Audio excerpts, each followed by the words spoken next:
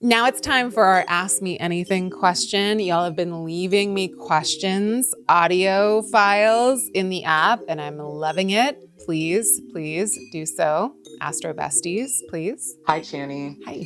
I have a question about the descendant. For Love. context, I'm a Virgo rising Okay. with a descendant in Pisces. Up. The ruler of my ascendant, Mercury, is in the ninth house, Taurus. Great. Love. And the ruler of my descendant, Jupiter, is in the 10th house, Oh. Gemini. Yes. Now, in my committed relationships and partnerships, Mhm. I rarely attract that Piscean energy. Interestingly enough, I'm usually the person that brings in the Piscean energy, or people bring that out of me, especially as I've gotten older. So I just want to know, is the descendant line really about the other person, or can we actually embody the descendant over time? Love. Okay. First of all, I need us to get solid and to get on the same track in terms of what do you mean by Pisces energy? Like, do you mean that you bring love into the relationship? Do you mean you bring like a dreaminess? Do you mean you're the one who brings the compassion?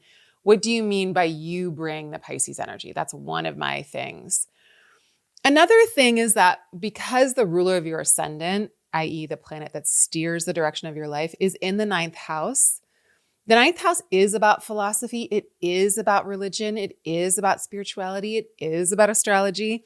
It is about wisdom traditions. It is about traveling. It is about all of those things that do have correlations and similarities with Jupiter.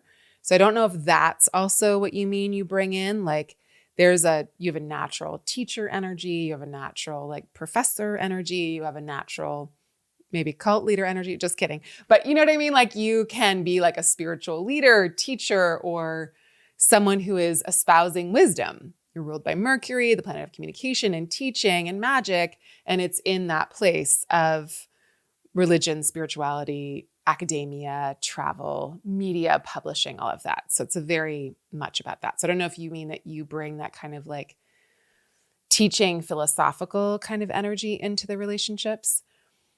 And one of the things I would say is like, if I was looking at your chart and you were like, what about relationships for me? I would go to your Jupiter first. Like if you have planets in the seventh house, which I don't think you do, because I think you would have said it, I'd be like, oh, okay, there's planets here. So that also describes your person or the people you partner with. But because your Jupiter's in the 10th house, my main thing is like, how do your relationships help you publicly? Or how do your relationships end up in the public? Or how do your relationships end up professional? Or which of your most important partnerships are also professional or about something that you do out in the world? And does that have to do with teaching or travel or something to do with religion or philosophy? Does it have to do with law or policy? That's another, mark of what we're talking about in terms of your Mercury being in the ninth house and Jupiter being in your 10th house. And do you hold a place of like the person, again, the teacher, the wisdom holder, or someone who's espousing something in that nature? Because Jupiter is also angular in your chart. It's also up in your 10th house. And again, does that have something to do with your relationships or partnerships? And yes, let's see. I also want to know where your sun is. Like, is your sun in Gemini near Jupiter? Is your sun in Taurus?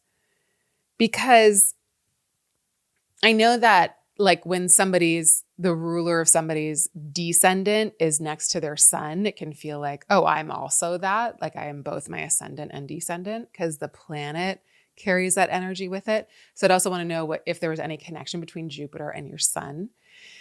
And I think that in terms of like understanding your descendant as Pisces, when I look at someone's descendant, it's like a wish list that I want for them in a lot of ways. And so with your descendant in Pisces, I want someone to help you to open and to relax and to receive and to be kind of like in the flow and in the trust of life. And any of your Virgo rising tendencies to need to like work and get things right, if a partner could come along and like hold something in the environment for you that would help you to like be more open and more receptive. And also someone who is healing in some way or brings in a kind of healing energy or relaxing energy or poetic energy. And maybe if you're the one who does that, I guess my question would be, what would it be like for you to have that, to receive that? I think that's really what it's about. Like, if I think about my own chart and people that I know, yes, I have been both my ascendant and descendant. And sometimes it's worked. And, we need to be our whole chart always. But I know that my wife very much holds the sign-based qualities of my descendant. She's not that sign, but there's a resonance there with who she is and what the qualities of that sign are.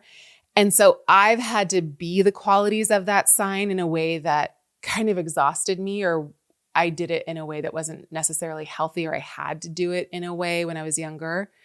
And when I met her, it was like she held that for me so I could relax and I could bring things into being. Like having someone fully embody the descendant in my chart allowed me to let go of having to hold the tension of everything, I think.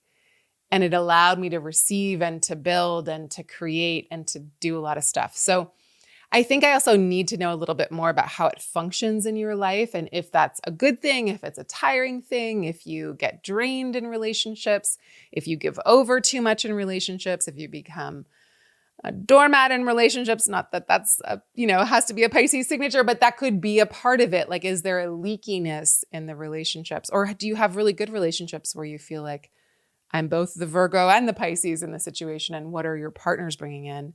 But my main thing is like, are your partnerships connected to, or have you ever had a partnership that helped you in your career, that helped you build something out in the world? Because that's where I think things really come alive. The ruler of your descendant is also going to tell you so much about what the relationships in your life want to do or where they would be really successful. Not that you can't have like a private self in relationship, but not everything has to go to career or go to the outside world, but there's something really exciting and fulfilling for you about having relationships where they propel you out into the world in some way and help you take up a lot of space, or help you to teach, or help you to kind of fulfill something that is academic or spiritual in nature. All right, y'all. That's such a good question. I hope that was helpful. Please leave me your question, record it, little voice memo me in the app, in the Chani app, and I will answer it as soon as I possibly can.